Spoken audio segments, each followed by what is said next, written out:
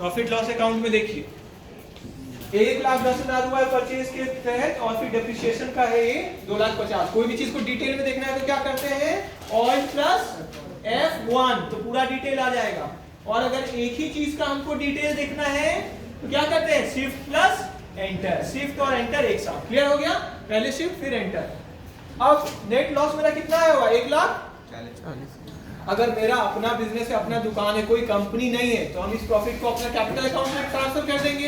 Yes sir. क्या होगा entry बोलिए प्रॉफिट एंड लॉस, मेरा डेबिट बैलेंस पड़ा हुआ तो क्या करेंगे credit, profit and loss credit और डेबिट क्या हो जाएगा कैपिटल अकाउंट।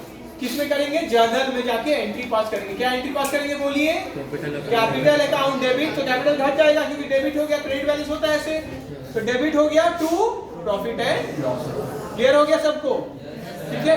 तो हालांकि ये कंपनी है लेकिन फिर हम लोग उसको ट्रांसफर एंट्री जो कि क्लोजिंग एंट्री बोलते हैं। तो बाकी सबका क्लोजिंग एंट्री देखिए कॉपी में आप बनाते हैं ना, कॉपी में आप बनाते हैं क्लोजिंग एंट्री पास करना पड़ता है किसके लिए, ट्रेडिंग अकाउंट के लिए, प्रॉफिट लॉस अकाउंट लिए करना पड़ता है ना। Yes sir.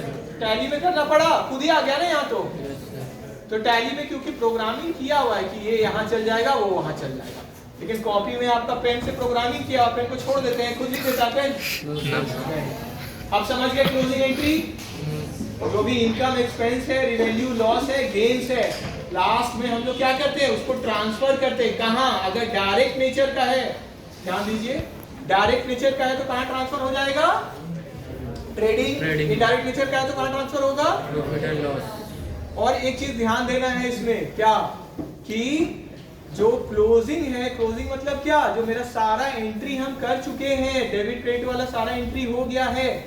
अब जो बैलेंस बचा हुआ है किसका बैलेंस, इनकम का, एक्सपेंस का, लॉस का, गेन का, रिवेन्यू जो भी है ना। लेकिन ऐसे उसको हम लोग क्लोज करते हैं। क्या एसेट क्लोज हो जाता है क्या, एसेट क्लोज होता है लेकिन उसका क्लोजिंग एंट्री कुछ भी नहीं होता। क्या होता है बस बैलेंस जो होता है बैलेंस शीट में चल जाता है। तो इसीलिए बैलेंस शीट में एसेट, लायबिलिटी और कैपिटल आपको शो होता है, जिसके बारे में आप लोग फाइनेंशियल अकाउंटिंग से ही जानते हैं, है ना। तो यहाँ पे बैलेंस आ जाता है। डिटेल में देखना है तो क्या करेंगे, फिर से बोलिए shortcut all plus F1। Clear हो गया, क्लियर है, ऑल प्लस F1। तो अगर हम ट्रांसफर कर देंगे इसको तो यहाँ पे क्या होगा कैपिटल अकाउंट में ये चल जाएगा। Yes sir. और क्योंकि लॉस है तो माइनस में जो चल जाएगा तो कम कर देगा बैलेंस यहाँ। Yes sir. क्लियर है, 1,40,000 से कम हो जाएगा कोई भी एंट्री। तो ये तो हो गया स्टेप, इनिशियल स्टेप्स बनाने का। अब कोई भी एंट्री अगर है मेरा, मान लेते कुछ एंट्री में मेरा गड़बड़ हुआ, सारा एंट्री कहाँ मिलता है आपको डिस्प्ले में ना। Yes sir. डिस्प्ले में किसके अंदर, डे बुक है ना। तो डिस्प्ले पहला स्क्रीन क्या है हमारा, गेटवे ऑफ टैली, टैली का पहला स्क्रीन। तो जब कंपनी मेरा रेडी है तो, है ना, तो डिस्प्ले में गए और डे बुक में गए, देखिए तो। लेकिन जो लास्ट डेट को आप एंट्री किए है ना तो टैली में सिर्फ वही दिखता है ना, टैली में वही दिखता है। हमको पूरा डेट का चाहिए तो F2 हम दाबेंगे ना पीरियड के लिए। Yes sir. और राइट साइड में देखिए पीरियड लिखा हुआ है, डेट, एक डेट का भी आप चाहे तो एंट्री ला सकते हैं। जैसे 1 अप्रैल कर दे तो सिर्फ 1 अप्रैल का दिखेगा, और पीरियड अगर पूरा एक पीरियड सेलेक्ट कर ले कि 1 अप्रैल से 31 मार्च तो पूरा एंट्री दिखेगा। क्लियर हो गया, ठीक है। तो F2 दाबते हैं, F2 और सॉरी F क्या है, ऑल्ट प्लस F2 ना पीरियड के लिए, ऑल्ट और एक लाइन है तो ऑल्ट के साथ, है ना। एक लाइन है तो कौन सा, ऑल्ट के साथ, कोई लाइन नहीं है तो बस की F2, ठीक है। कुछ इमरजेंसी तो जा सकते हैं, ठीक है। F2 और अगर दो लाइन है तो क्या करेंगे कंट्रोल के साथ। क्लियर है, यस सर। मतलब पहले कंट्रोल या ऑल्ट और फिर वो, ठीक है। अब देखिए F2 यहाँ पे जो है पीरियड का, ऑल्ट और F2, ठीक है। किसी को भी दिक्कत हो रहा है बैठने में तो आप जा सकते हैं, ठीक है।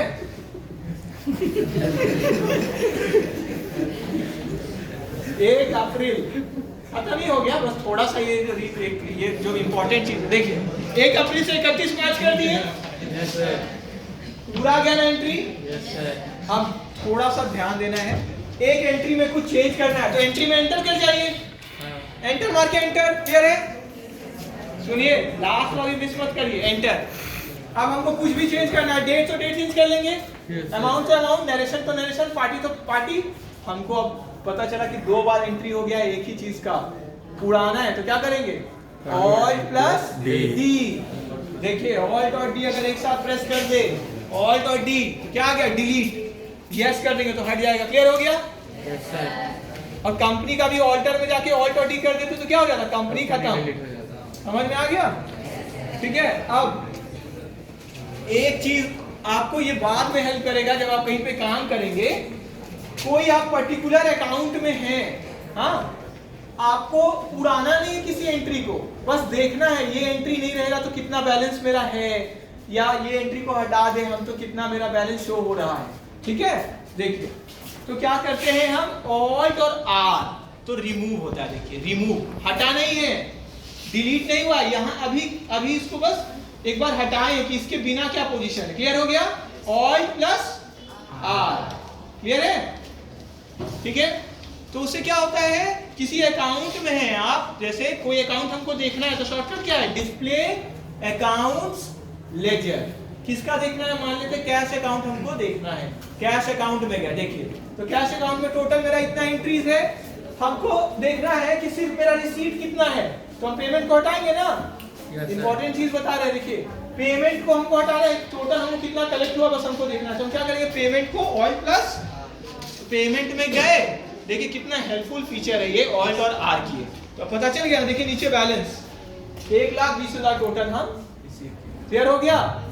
कोई पीरियड का हम अगर चेंज करना चाहते हैं, सिर्फ अप्रैल का, तो अप्रैल में ले आएंगे, अप्रैल टू मई, तो मई का अप्रैल टू मई कर लेंगे। क्लियर है। जब ऑडिट करने हम लोग जाते हैं ना, तो हम लोग जैसे जाते थे तो बहुत यूज करते थे इस फीचर का, किसी एक अकाउंट का तो ऑल्ट आर करके हटाओ, उसको देखो कितना आ रहा है, अभी कितना आ रहा है, तो उससे भी ना बहुत सारा गड़बड़ी पता चलता है कि क्या गड़बड़ किसके कारण है, इस एंट्री के कारण क्या, तो चेक करने में भी मदद करता है। बहुत हेल्पफुल फीचर है। ठीक है।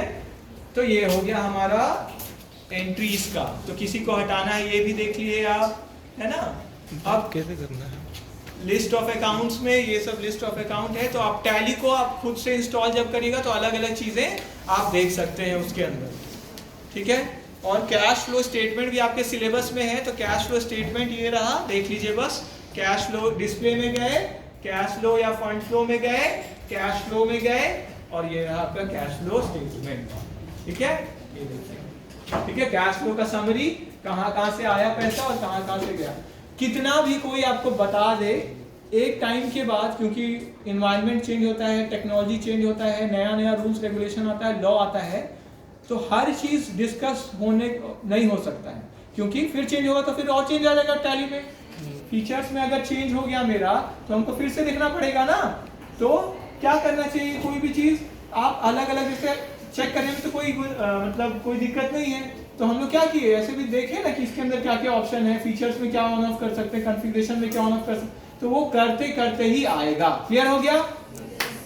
जीएसटी भी आपके सिलेबस में है।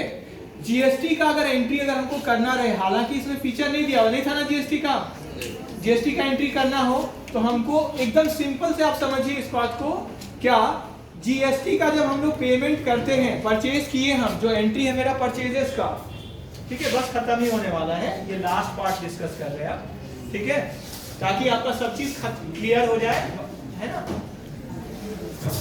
देखिए डिस्प्ले डेबो,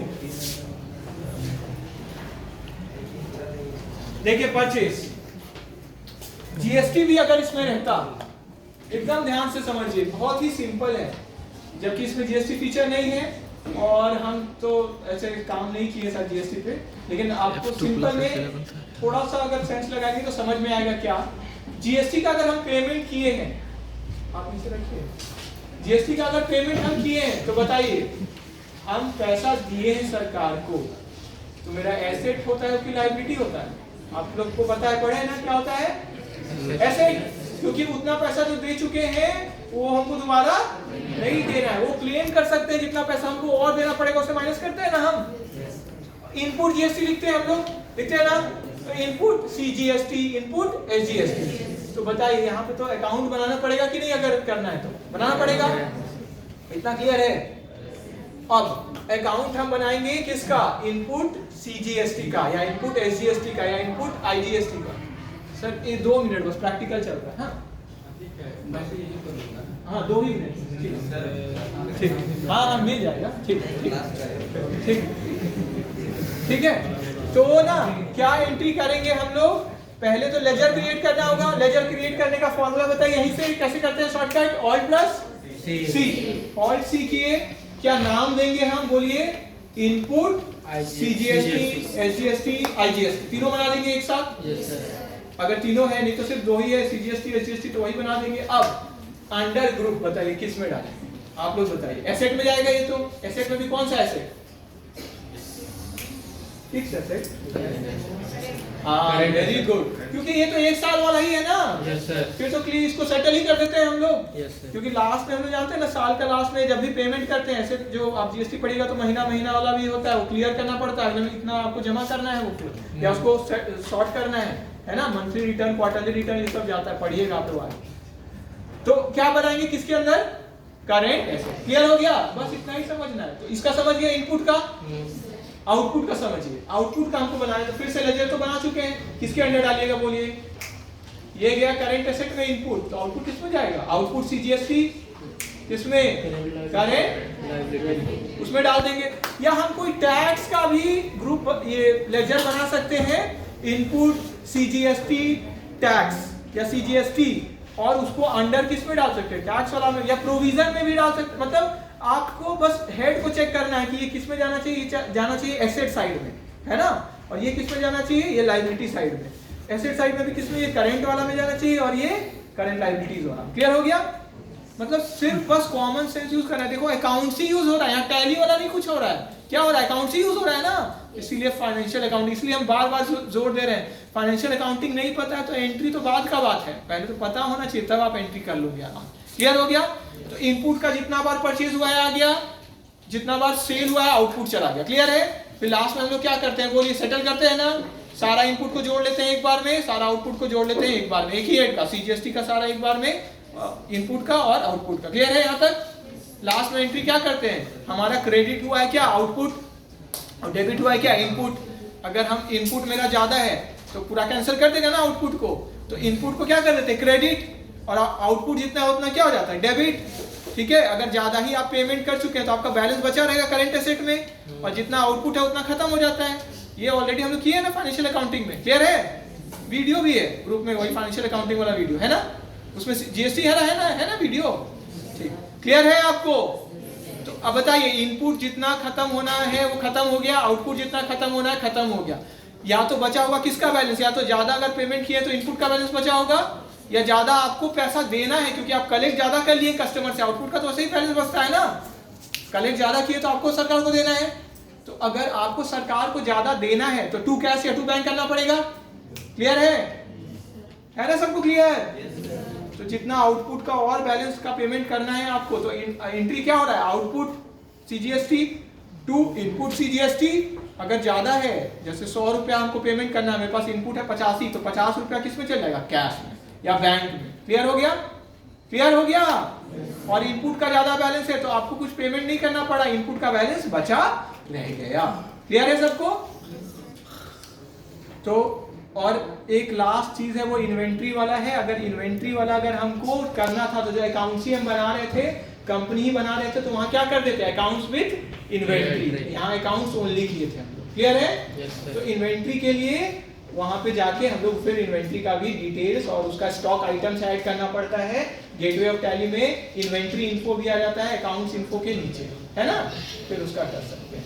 ठीक है, तो यहाँ हम लोग का खत्म हुआ टैली का सिंपल वाला एंट्री।